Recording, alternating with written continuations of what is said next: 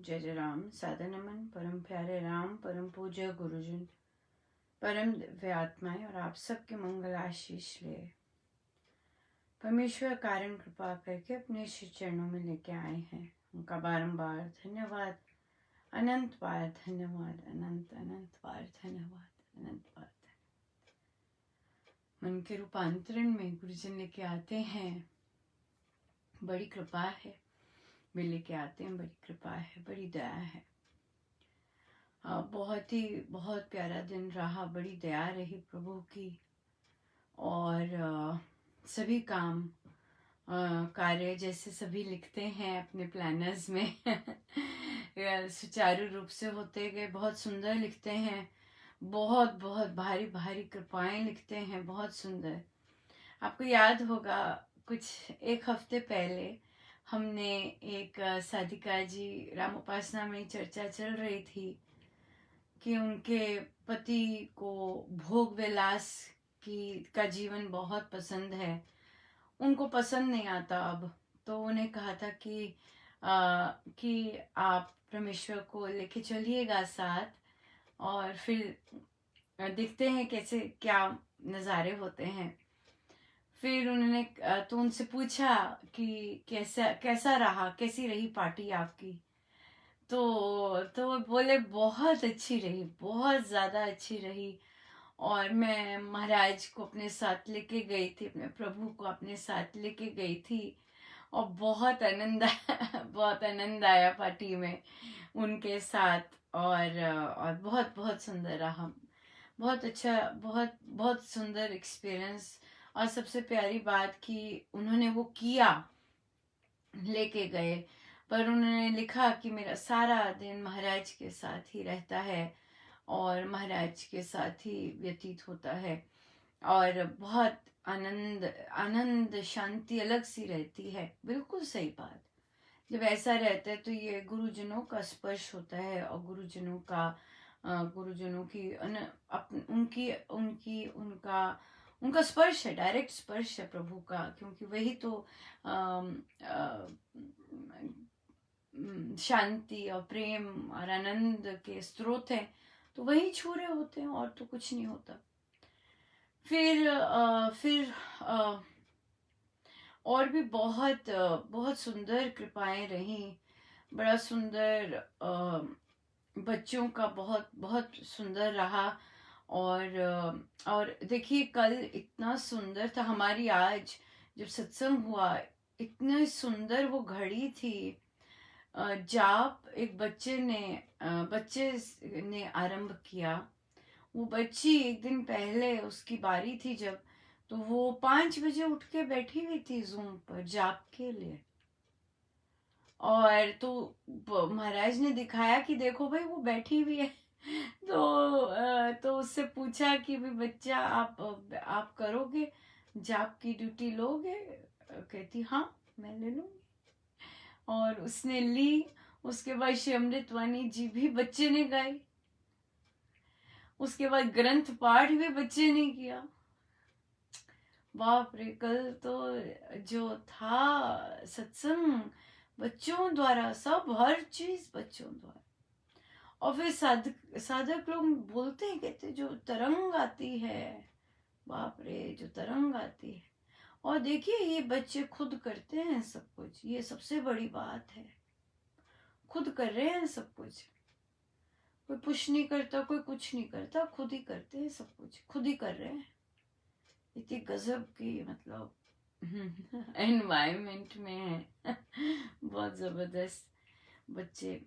फिर अब गड़बड़ के एरिया में ये तो कृपाएं हो गई, हाँ। और परोपकार लिखना है हमें। कईयों को परोपकार मिल नहीं रहा कि भी हम घर में बैठे हैं, तो लीजिए, अब मैं दे देती हूँ आपको परोपकार। हम सबके लिए परोपकार कीजिएगा। एक मैसेज आया था कि साधिका जी का, कि उनकी मित्र हैं, उसका बेटा विदेश में है, तो उसने विदेश में बुद्धि घूम गई, तो उसने जिससे शादी की या जो भी सेटल होने के लिए कुछ भी करना, अपना धर्म बदल लिया, ईसाई बन गया। और अब वो बहुत जबरदस्त पछता रहा है। तो अब वो भी परेशान है और माता पिता घर पर भी बहुत ज्यादा परेशान है। जिनको जिनको परोपकार करने को कुछ नहीं मिल रहा, तो लीजिए, कीजिए प्रार्थना, है ना, परोपकार हो जाएगा। प्रार्थना एक बहुत सुंदर, जो हमारे पास है वो दे सकें। एक साधिका जी कहती, मैं अपने पोते पोतियों को कुछ दे दिया करूं। मैंने कहा ये तो मोह है, मोह है जो कि उन्हें देने पर भी परोपकार समझता है। मैंने कहा नहीं, हो ही नहीं सकता वो तो, मोह से तो लार टपक रही है टोटल। उनका ये तो, ये तो परोपकार नहीं होगा पोते पोतियों को देना वो तो मोह है, टोटल मोह। उनको दे दूं और दे दूं, वही है। तो इसलिए वहां पर तो ये परोपकार तो किसी नीडी को, किसी जरूरतमंद को दिया जाता है। और बच्चे अगर जरूरतमंद हैं वो तो सदा रहते ही हैं। तो फिर इसलिए तो ये आ गई है कृपा। तो हमारी कल वो चल रही थी, सबका सुन रही थी, किसने क्या क्या ड्यूटीज आ रही हैं, नई आई थी, क्योंकि बच्चे ने श्री गणेश किया, बहुत सुंदर किया था। हारमोनियम के साथ जाप का श्री गणेश हुआ। तो बाकी एडल्ट्स थे, कई पहुंचे नहीं थे, तो अभी लिखा भी था मैसेज पर पहुंचे नहीं थे। फिर घंटी बजा दी, रात के 10 बजे होती है वो बैठक, और मेरे जैसे तो बाप रे। और साधिका जी का मैसेज आया, ओ अनुपमा मैं सो गई थी। मैंने कहा ओ सो सॉरी और ध्यान ध्यान था पर वैसे बुद्धि नहीं चली। और वो देखिए, मैं तो आपको इसलिए बता रही हूँ कि साधकों की एक्सटेंट देखिए जरा, मतलब उनकी काइंडनेस देखिए जरा। ये मैं बताना चाह रही हूँ कि मैं रात्रि के 10 बजे, अब सिर्फ ये है कि भाई एक बार सबका सुन लिया जाए, हो जाए, तो फिर हम चलते हैं, हरी झंडी करते हैं। और उन्होंने, वो आ गए, और फिर मैं वहां भी नहीं रुकी। मैंने कहा आप आ ही गए हो, अभी तो नींद से उठाया, ऊपर से वो नींद से उठ के आए। और फिर उनको उसके बाद मैंने कहा हारमोनियम भी ले आइए, और वो ले भी आए। हे मेरे प्रभु। सो जब वो ले भी आए तो उन्होंने गाया तो बहुत सुंदर था। तो अब कहा कि सो जाइए, तो बाकी साधक कह रहे थे ये तो गई, ये तो एक तो नींद से उठाया, वो नींद से उठे, अब कहती है सो जाओ नहीं।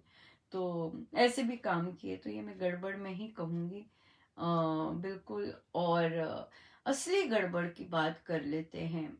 कल चर्चा हुई थी ना कि मुझे लग रहा है अहम आया हुआ है, या उत्कृष्टा आई हुई है, टोटल आई हुई है। आज तो प्रमाण भी मिल गया।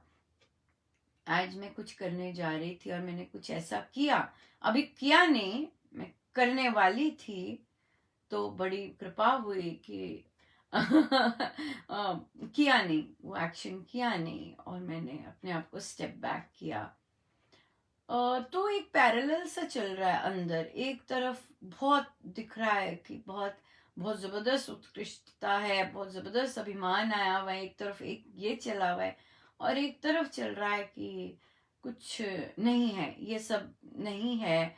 और नहीं, मतलब इसके बिल्कुल विपरीत है, बिल्कुल ऑपोजिट, दोनों दोनों अंदर चीजें हैं।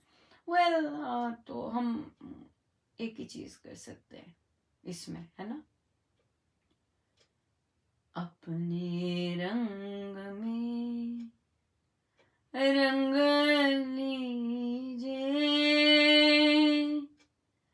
के रंग कहीं छूटे ना, अपनी चरण धूली बना लीजिए, के संग कहीं टूटे ना, अपने रंग में रंग लीजिए, के रंग कहीं छूटे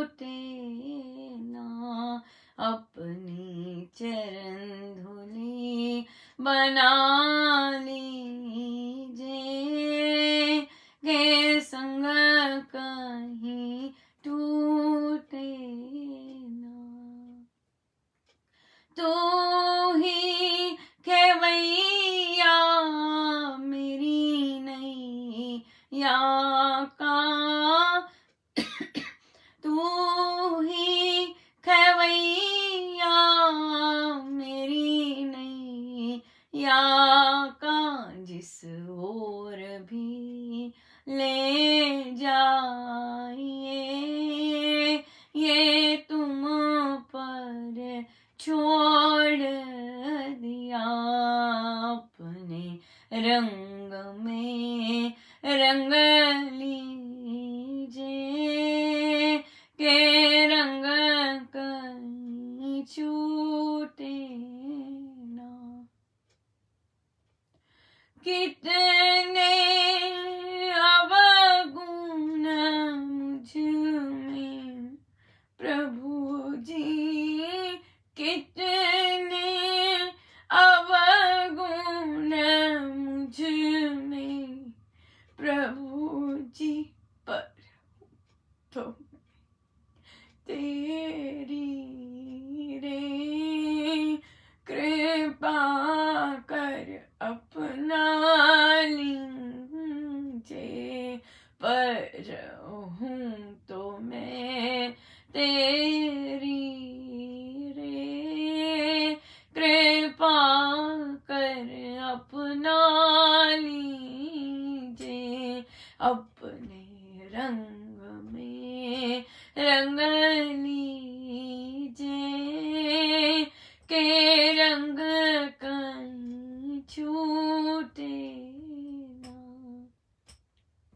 बोलूं तो ऐसा बस तेरा नाम निकले, देखूं तो ऐसा बस तू ही तू दिखे, हर सांस में बस जाओ राम के तुम बिन रहा ना जाए, अपने रंग में रंग लीजिए के रंग कहीं छूटे ना, अपनी चरण धूली बना लीजिए के संग कहीं टूटे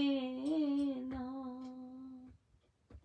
ऐसी कृपा करो मेरे राम जी, ऐसी कृपा करो मेरे राम जी, बस तू ही तू रह जाए रे के खुद को भी भूल बैठूं, अपने रंग में रंग लीजिए के रंग कहीं छूटे ना, अपने रंग में रंग लीजिए के रंग कहीं छूटे ना,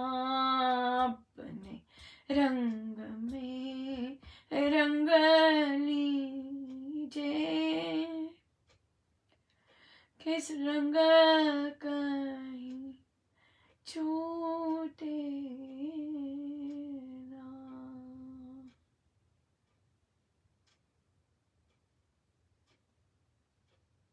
हम तो विनती कर सकते हैं प्रभु से, जिस अहम के कारण, जिस अहंकार के कारण, जिस उत्कृष्टता के कारण, जिस विशेष बनपन के कारण पता नहीं कितनों को त्रासित किया होगा और कितने जन्म केवल इसी के लिए लिए होंगे। वो प्रभु हमसे तो जाने नहीं वाला, तो आपके श्री चरणों में हम रख देते हैं। इतना मोटा ताजा हाथी हमारे से तो नहीं जाने वाला प्रभु। हम आपके तो ये हम भी आपका। ये तो पैकेज में मिलेगा।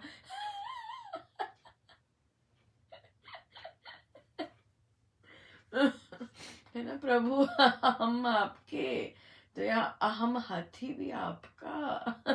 ये तो पैकेज में मिलेगा। ये पैकेज में मिलेगा प्रभु, ये पैकेज में आएगा, आपके साथ, है ना, हमारे साथ आएगा। चलते हैं जी कथा प्रकाश पर। बहुत बहुत जबरदस्त कृपाएं, बड़ी बहुत दया है प्रभु की, बड़ी कृपा है प्रभु की।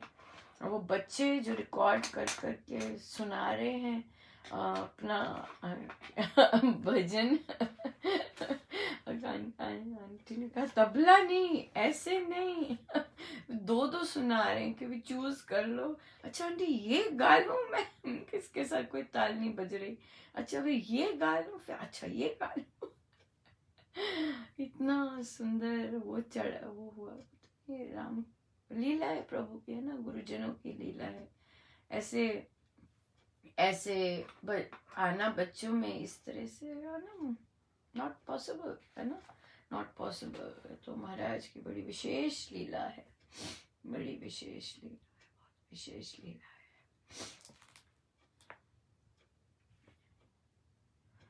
पेज है 541, दूसरा प्रसंग।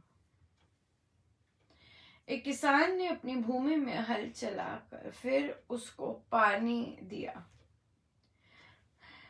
जब उसका सारा खेत सिंचा जा चुका था तो वह अपने बैल लिए अपने घर को चल पड़ा।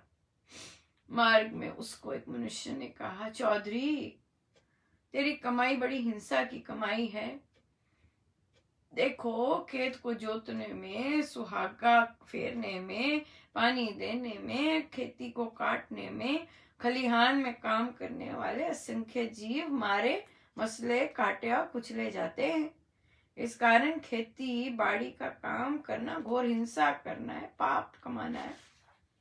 किसान ने उसको कहा, भाई किसान का काम तो पवित्र और दयापूर्ण है। यदि कृषि की कमाई ना की जाए तो ग्रामों और नगरों की हिंसा हो जाए। अन्न के अभाव से सारे मनुष्य मर जाएं। किसान का कृषि कर्म करना मनुष्य समाज को पालना है और परम अहिंसा धर्म है। भगवान की सृष्टि में मनुष्य ही श्री राम का मनोहर मंदिर है। इसी में देवाधिदेव के दिव्य दर्शन हुआ करते हैं। मानव तन के विशाल मंदिर में ही एक ऐसा झरोका है जिसमें से आत्मिक सूर्य की झांकी मिला करती है। इसी शरीर में सुख शांतिमय सच्चे स्वर्ग की सीढ़ी है, जिससे ऊपर चढ़कर आत्मा जन्म मरण के चक्कर से निकल जाता है। अहो ऐसे जीवित जागृत हरि मंदिरों की रक्षा का कर्म हिंसा का कर्म कह देना कितना बड़ा ज्ञान, कितना गहरा भ्रम और कितना भारी अधर्म है, कितना भारी अधर्म है।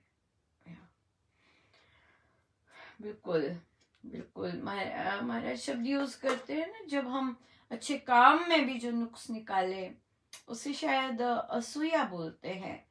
जो अच्छे काम हो रहे हैं उसमें भी कोई नुक्स निकाल दे उसको असूया बोलते हैं। उसमें दुर्गुण दिख जाए वो असूया है। आइए हम कुछ प्रश्न लेते हैं और फिर चलेंगे। बड़ी दया है प्रभु की, बड़ी कृपा है प्रभु की।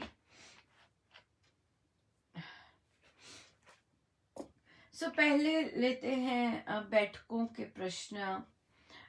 एक जगह पर प्रश्न आया कि अनुपमा, मुझे पता नहीं शायद ले भी लिया हो मैंने ये प्रश्न, हो सकता है, पर अब आया है सामने तो फिर से ले लेते कि बैठकों में पहली बार प्रश्न आया 2 साल में पहली बार, तो इससे पता चलता है कितने विभिन्न तरह के साधक होते हैं।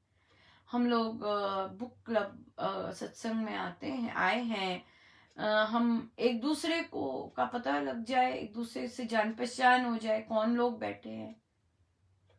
एक्चुअली मुझे जब ये प्रश्न बोला ना, तो मुझे थोड़ा सा वो करना पड़ा, म- मतलब मानो कि कैसे बताऊं कि देखना पड़ा लोगों का। हम जब बुक क्लब में बैठते हैं, अब बहुत मैंने नोटिस किया है, जो बहुत ज्यादा संसारी प्रवृत्ति के होते हैं ना, वो आते हैं और वो कहते हैं राम राम सभी को। ऐसा कुछ नहीं होता। और कोई किसी को राम राम नहीं कहते। कितने ग्रुप्स हैं, कोई अब आ रहे हैं, अब जो जिस तरह के साधक महाराज ला रहे हैं वो थोड़ा सा इस तरह के हैं। फिर नोटिस किया कि ऐसी प्रवृत्ति के साधक टिक नहीं पाएंगे, क्योंकि बहुत जबरदस्त सामाजिक वो व्यवहार है, बहुत ज्यादा। 2 साल से कर रहे हैं रामोपासना, आज तक कभी किसी ने किसी को राम राम नहीं कहा। किसी ने नहीं कहा एक दूसरे को राम राम। और मतलब ऐसे जैसे जैसे अगर कहने का मतलब है, आपस में किसी को नहीं कहा राम राम जी राम, ऐसे ऐसे क्रॉस नहीं बात की, क्रॉस नहीं कभी बात की, सीधा इधर ही बात की कि हम राम राम करें और शुरू कर देते हैं। तो ये जो प्रश्न आया, तो मैं थोड़ा सा ऐसे हुआ, मतलब जैसे कि ना ये क्या हुआ, मतलब थोड़ा सा वो हुआ डिफरेंट, बहुत ज्यादा डिफरेंट फ्रेम ऑफ माइंड था। तो सत्संग में तो हम महाराज के को ही देखते हैं, और महाराज ही हैं सत्संग में। और हम तो श्री राम शरणम जाके हमने नहीं देखा कौन आए हैं। तो हम इस तरह की कैटेगरी है ना, कि जब हमने श्री राम शरणम जाके नहीं कभी देखा कि कौन कौन साधक आए हुए हैं, तो आप समझ सकते हैं कि किस तरह की मेंटालिटी होगी, राइट? किस तरह का होगा। तो इसलिए नहीं, नहीं, श्री राम शरणम गए हैं ना, एक के लिए गए एक के लिए जाते हैं वो सामने, बस उनके लिए, और वापस आ गए। इवन तो अगर राम राम करते हुए वापस आए, तो फिर तब भी जानते नहीं है, तब भी नहीं जानते किसी को। सो इसलिए इसलिए यहाँ पर भी ऐसे ही, यहाँ पर भी ऐसा ही, और बाकी भी ऐसे ही आए गए। कभी कोई पूछ लेता है, एक बार किसी ने पूछा जी वो नहीं आए, मैंने कहा मैं तो पूछती नहीं भैया आप क्यों नहीं आए। कई बार हो जाता है, कई बार किसी की सेहत के कंसर्न के कारण इस तरह हो जाते हैं कि अरे आप आए नहीं, आप आए नहीं, इस तरह से हो जाता है। वरना जो बाकी है नहीं, ठीक है, नहीं आए, इस तरह से ये भी होता है। सो ये हम नहीं पूछते, क्योंकि हम लोग सत्संग में महाराज के लिए आते हैं, बहुत ज्यादा फोकस होते हैं, महाराज के लिए आते हैं और सीखने आते हैं कि आज क्या देने वाले हैं, और अपना जो कार्य होता है वो करते हैं, दैट्स इट। और आई गेस तभी, क्योंकि बाकी साधक भी इतने फोकस्ड होते हैं, तभी उन्हें और बाकी नहीं दिख रहे होते, और फिर वो अपनी बात खुल के कह देते हैं। क्योंकि आप तभी अपनी बात, अंदर की जो गांठ होती है वो खुल के नहीं कह सकते, जब आपको एहसास होता है ये इतने सारे लोग बैठे हुए हैं। जब आपको लोग नहीं दिखते और आपको केवल स्वामी जी दिख रहे हैं, और हम वैसे एक वन वन ऐसे सब में बैठे हुए भी ऐसे लगता है वन वन चर्चा ही कर रहे हैं, तो फिर गांठें खुलती हैं। और वो फिर और बहुत साधक कहते हैं कि जैसे ही हम बताते हैं, अपनी बात बताते हैं, फिर वो वहीं खत्म हो जाती है। वो लौट के नहीं आती वैसी बात। बड़ी कृपा है, बहुत कृपा है। सो इसलिए नहीं, तभी तो ऐसी है बैठ के, तभी तो इतना बीजारोपण हुआ, तभी तो महाराज लेके लेते जा रहे हैं। अगर क्योंकि क्योंकि महाराज को ये पसंद नहीं है ना सोशलाइजिंग, बात ये है असली। महाराज को पसंद नहीं है कि भाई महाराज बड़ी स्ट्रांगली और बहुत बहुत एग्जाम्पल देके भी किया है कि सत्संग आए, अपना भक्ति किए, अपने प्रभु से गुरुजनों से मिले, दर्शन हुए, पाठ किया, सीधा घर वापस, नो सोशलाइजिंग। और फिर हमने ऐसे ही किया है, और यहाँ भी हम ऐसे ही करते हैं। और हम तो मुझे तो कितने सारे साधक है, मुझे पता ही नहीं कौन से स्टेट को बिलोंग करते हैं, है ही नहीं, पता ही नहीं मुझे कौन कहाँ से है। मुझे कोई काम होता है तो मुझे पूछना पड़ता है, भाई आप इनके घर के पास रहते हैं, कुछ कनेक्शन कि नहीं। ऐसा नहीं है, पता ही नहीं होता, कुछ नहीं पता ना। हमें ये पता है, लोगों को खुद होता है, बताते हैं, हमें नहीं, हम तो पूछते भी नहीं है कि भाई कहाँ से दीक्षित हो। ये बहुत बड़ी बात है। और हम सीधा काम पर आते हैं, तभी तभी महाराज ने ऐसा ही चलाया है, और तभी ऐसा चल रहा है, तभी तो कैसे बीजारोपण होता गया। अगर हम सोशलाइज करते और किटी पार्टियां बनाते तो बंद हो जाते सब कुछ बंद हो जाता सब कुछ। इसलिए और जो पूछा जाता है वही होता है, जो प्रश्न किया जाता है उसी का उत्तर होता है। कोई अपने से कुछ वैसे भी नहीं कुछ कहता। इतना जबरदस्त महाराज की प्रेजेंस और वो होती है, इतनी जबरदस्त। तो ये बात है। सो इसलिए इस सत्संग में अगर मैं भी थोड़ा सा ढीला हूं तो प्रभु ये बता देते हैं, वो बैठते हैं स्वामी जी मैं भी सीधी so इसलिए ये बैठ के बहुत यूनिक है, नॉर्मल नहीं है। तभी मैं बहुत आराम से लिख भी देती हूँ। कई लोग बैठकों में पोस्ट करने लग जाते हैं, बाकी पोस्ट मतलब एक और मिल गई जगह, मुझे लिखना पड़ता है, ये बहुत जगह अलग है, यहाँ पे ये चीजें नहीं होती हैं, हम यहाँ पे पोस्ट नहीं कर सकते, ऐसे हो जाता है। ये चीज थी। और आपको याद होगा हमने एक साधिका जी के लिए, जो कि रात में उन्होंने नौकरी ली थी, है ना, और बहुत कम वेजेस पे उन्हें रात को नौकरी मिली थी। उनके पति भी बीमार रहते हैं, सास भी बीमार रहती है, 2 बच्चे हैं। उनके लिए हमने पर मंथ का किया था इकट्ठे। तो पर मंथ 1 मंथ तो पूरा दिया, अच्छा दिया। और अब क्या किया कि जितने महीनों का कलेक्ट हुआ था कलेक्टिव दे दिया, कलेक्टिव अर्पण कर दिया, क्योंकि मुझे था कि कहीं भूल ना जाऊं किसी मंथ है ना, तो कलेक्टिव दे दिया उनको, कि जैसे भी वे, अभी उनका कुछ आया नहीं, आई होप देख लें कि उनको पहुंच गया हुआ है, कि कलेक्टिव दे दिया उनको, इस तरह कर दिया था। फिर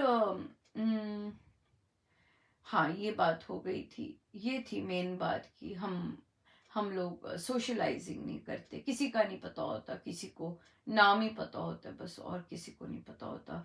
और बैठकों की चर्चा हम बाहर भी नहीं करते हैं, केवल यहाँ आती है प्रश्न, या कोई क्वेश्चन इस तरह से आया होता है, बस वैसे नहीं आती, वैसे किसी को किसी का नहीं पता होता, बस बैठे होते हैं। जैसे साधना सत्संग में कमरे मिले होते हैं ना, कई लोग पूछते हैं कहाँ से हैं आप, क्या हैं, फला फला, वहां पे भी संसार ले आते।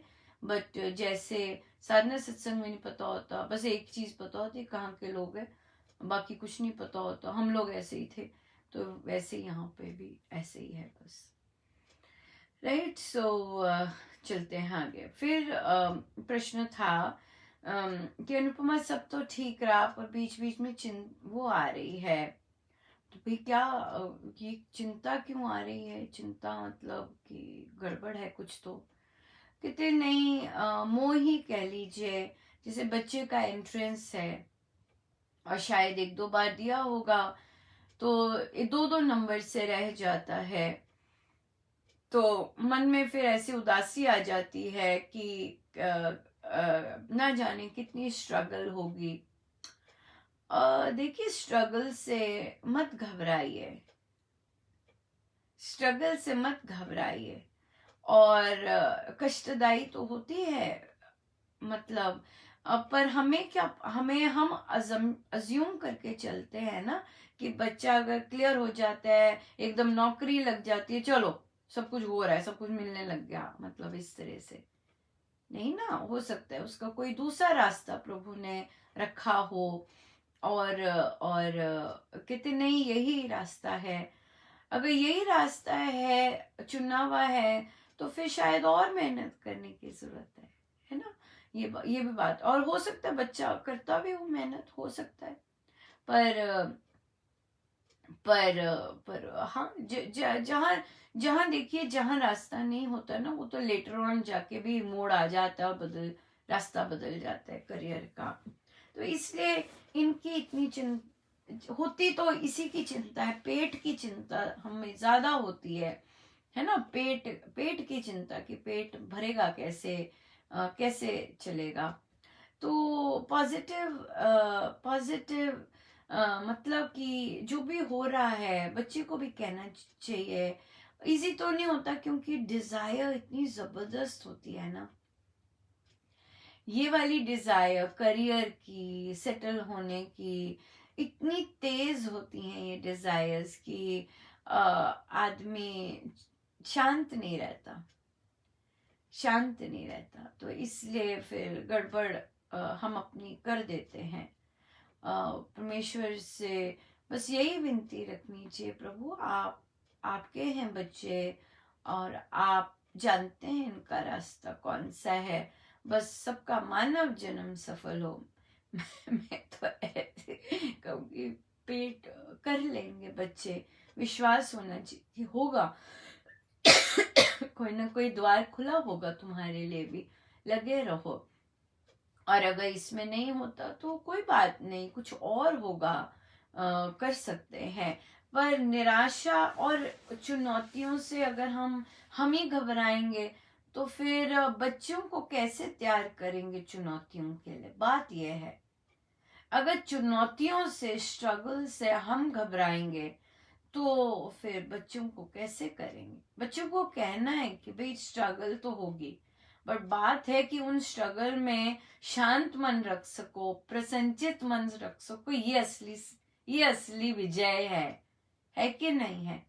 जैसी भी परिस्थिति है उसमें शांत मन रख सके, उसमें पॉजिटिव रख सके, उसमें आशा देख सके, इस तरह की मनस्थिति बन जाए, कितनी सुंदर बात है।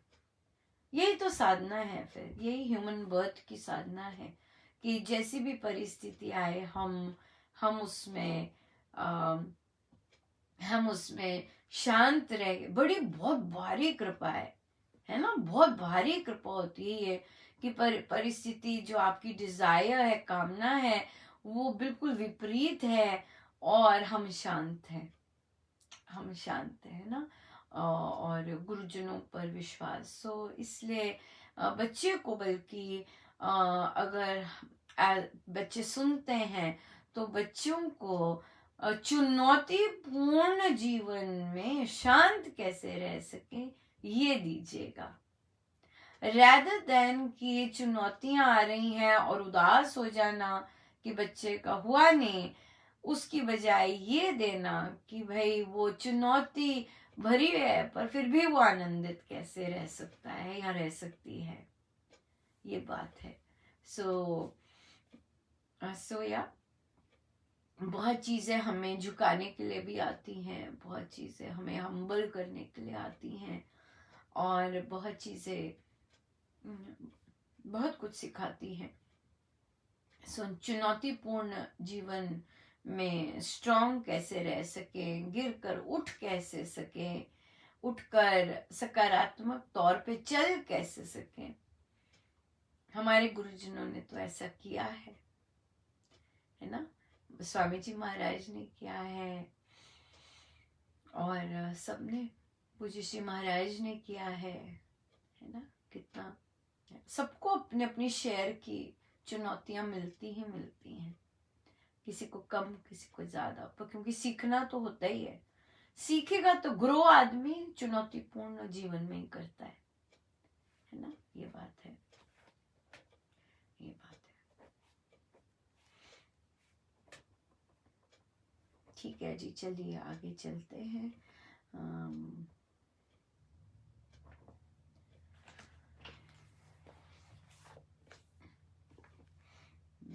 प्रवचन पीयूष जी पर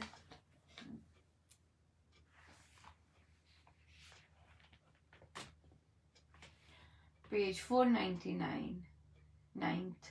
डलहौजी में एक तरुण ने महाराज श्री से दीक्षा ली, फिर उसकी नौकरी जग गई। नहीं सॉरी क्या पढ़ी। फिर उसकी आत्मा जग गई, लेकिन वह स्वतंत्र हो गया। उसने स्वतंत्र होकर सोचा, मैं नौकरी नहीं करूंगा, साधु बनूंगा। फिर भटकता रहा। वह वर्धा भी गया, वहां से भी निकाला गया। महाराज के अनुशासन में ना रहने का फल भोगना पड़ता है। यहाँ पर यही रुकते हैं। ओ वाओ, नहीं ये कल के लिए आएगा प्रश्न। देखिए कल महाराज ने बहुत सुंदर कहा कि हाँ, स्वामी जी के महाराज स्वामी जो श्री राम शरणम में सत्संग होते हैं, सत्संग के बीच में उठ के नहीं जाना। महाराज ने कहा कि अगर आपको उठने की आवश्यकता पड़ती है तो पहले से उठ जाइए और पीछे बैठ जाइए, पर सत्संग में नहीं उठना। सत्संग के बीच से उठ के नहीं जाना, ऐसे नहीं जाना। या सो महाराज ने कहा ये केवल यही नहीं, हर एक जगह। महाराज ने कहा कि सत्संग जब चल रहा होता है श्री राम शरणम में, सत्संग के बीच में से उठ के नहीं जाना। अगर किसी को जरूरत पड़ती है उठने की तो उठना मना है। सत्संग के बीच में से उठना मना है। अगर किसी को जरूरत पड़ती है उठने की, वो पहले से उठ जाए। महाराज ने कहा कि केवल यहाँ नहीं, हर श्री राम शरणम में ऐसा होना है। कहते क्योंकि हम सब स्वामी जी के हैं और ये सारे नियम स्वामी जी के नियम हैं, और स्वामी जी जो कहते हैं हमने वाद विवाद नहीं उस पे करना होता। हमने ऐसा क्यों करा, ऐसा महाराज ने बोला। स्वामी जी ने जो कहा है उस पर क्यों क्या कुछ नहीं कहा जाता। हम बंधे हुए हैं, महाराज ने कहा हम बंधे हुए हैं, हम नहीं कर सकते ऐसे। हम नहीं उनसे प्रश्न पूछ सकते इस तरह के। हम नहीं कह सकते क्यों ऐसा है, क्यों ऐसा नहीं कह सकते, नहीं कह सकते। इसलिए जैसे उनके नियम है बिल्कुल वैसे ही हमें रहना है। तो महाराज ने कहा कि सत्संग के बीच में से उठकर नहीं जाना। ये हम सबके लिए, और विशेषकर क्या कहते हैं, ऑनलाइन सत्संग होते हैं तो ऑनलाइन में तो देख लीजिएगा कैसे हम कर सकते हैं, इसको कैसे निभा सकते हैं। कईयों के समय अनुकूल होते हैं, कईयों के समय अनुकूल नहीं होते हैं, पर बहुत आनंद ले रहे हैं साधकगण। सुबह 5 बजे के जाप का बहुत मैसेज आते हैं, कहते बहुत जबरदस्त आनंद है। हम तो महाराज का धन्यवाद कहेंगे कि एक साधिका जी ने रिक्वेस्ट की और उनकी रिक्वेस्ट महाराज ने की रिक्वेस्ट। महाराज जी उनके थ्रू आए और महाराज जी ने किया स्वीकार। सब पर बहुत आनंद ले रहे हैं, और सबने का सुबह सुबह हो जाता है और अपना बहुत सुंदर हो जाता है, उसके बाद संसार बहुत सुंदर चल देते हैं। सो सब महाराज देखिए वही करते हैं, वही सुनते हैं। और वो कल आपसे कहा था कि अलीराजपुर में ऑटो की सर्विस शुरू हुई सत्संगियों के लिए, वो भी बहुत अच्छा रहा। और जहाँ के लिए रखी थी सेवा, वो वहाँ से गए साधक, और सत्संग में बड़ी दया है प्रभु की, कि स्वीकार की साधकों ने ये सेवा, और प्रभु ने स्वीकार की। मेन क्योंकि प्रभु का ये आइडिया था कि भाई लेके आओ उन्हें, है ना, और लेके आओ उन्हें। तो और देखिए कैसे कैसे प्रभु स्वयं लेने जाते हैं, और अपने बच्चों को कैसे लेके आते हैं। बहुत दया है, बहुत दया है प्रभु की, बहुत दया है प्रभु की। सो सब पर सबको सत्संग मिलते रहे, सबको सब पर कृपा होती रहे। सत्संग में कोई भी परिस्थिति हो, हम सत्संग को अपने अनुसार नहीं कर सकते, है ना। हम सत्संग को अपने अनुसार करेंगे तो महाराज का लठ तो हमें पड़ता ही है। सत्संग के अनुसार हमें चलना होता है ना। जैसे सत्संग वैसे महाराज रखे वैसे, बुद्धि हमारी खराब हो जाती है, फिर हम ऐसे कर देते हैं काम। बट मेरे जैसे, मैं तो अपनी बात ही करूंगी, आप लोग तो बाप रे, बहुत बहुत सुंदर, बहुत काइंड, बड़ी श्रद्धा है, बहुत सुंदर श्रद्धा है आप लोगों में। तो मैं तो अपनी बात ही कर रही हूँ कि सत्संग में तो आ, सत्संग में केवल बटन ही दबाना है ना। सत्संग के लिए आने के लिए अब सिर्फ बटन ही दबाना है। उसमें भी देखिए यूं ही नहीं मिलता। वो बटन दबाने के लिए भी सत्कर्म चाहिए होते हैं। वो बटन भी नहीं ऐसे ही दबता, ये बात है, ऐसे ही नहीं दबता बटन। सो बड़े ये बहुत विशेष है। तो इसलिए अगर कान में पड़ रहा है, अगर पता है मिल रहा है, अगर घर में चुक चुक चुक चुक सुनना पड़ता है, कोई बात नहीं, सुनते जाइए। इतनी भारी चीज मिल रही है, इतनी भारी चीज मिल रही है। अगर इस चीज की का मूल्य पता है, तो वो जो चिक चिक चिक चिक चिक चिक हो रही होती है, वो बहुत छोटी है, बहुत छोटी है इसके आगे। वहां जो मिलता है वो तो बहुत विरला है, बहुत विरला है। सो इसलिए अगर एक बार चख लिया है तो, और आने का मन करता है, तो केवल परिवार जनों के डर से कि चिक चिक करेंगे नहीं, स्वामी जी को डील करने दीजिए। स्वामी जी संभाल लेंगे सब चिक चिक को। आप आराम से बैठ के स्वामी जी की गोदी में बैठिए। हम सब स्वामी जी की गोदी में बैठ के आनंद लें सत्संग का। बाकी संसार स्वामी जी संभाल लें, पता भी नहीं चलेगा, कान ही बहरे होते जाएंगे, पता ही नहीं चलेगा, चिक चिक हो रही है। पर सत्संग से नहीं मुंह फेरना, बड़ा कुछ खत्म हो जाता है। सत्संग से मुंह फेरने से बड़ा कुछ हो जाता है। सत्संग से नहीं मुंह फेरना। आइए हम बैठे।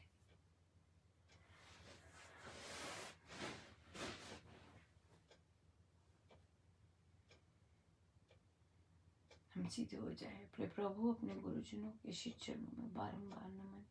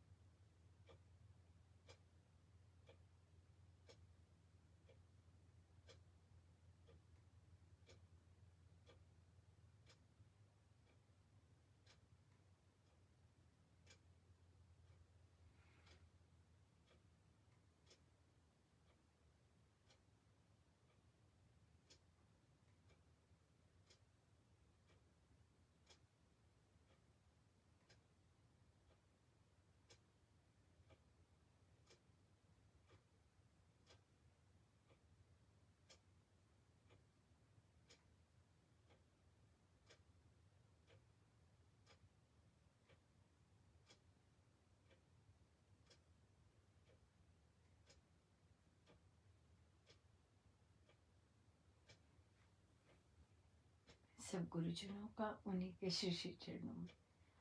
जय जय राम, जय जय राम, जय जय।